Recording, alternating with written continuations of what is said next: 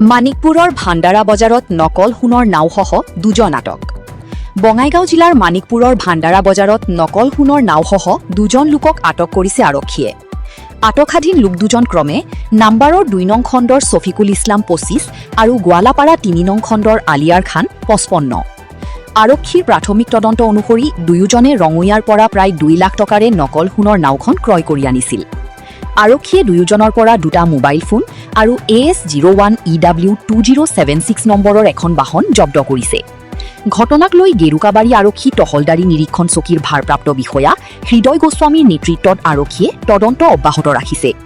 News desk Bijni first 24।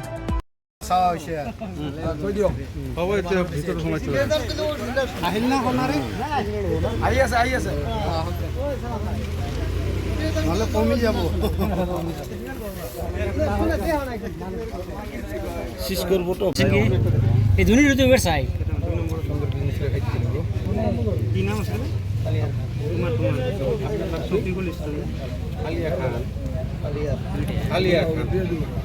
কোনটা কিনে আনছে এটা লেখছে আনছে মাল আনছে কোন থেকে চিনি কেউ করে দেউতার নাম কি তোর বাবার নাম কি ভিডিও কর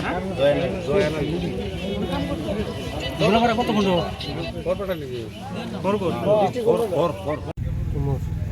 কি কোম্পানি এটা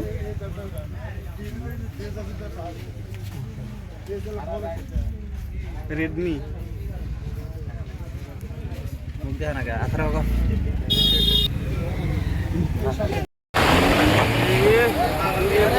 পাগলা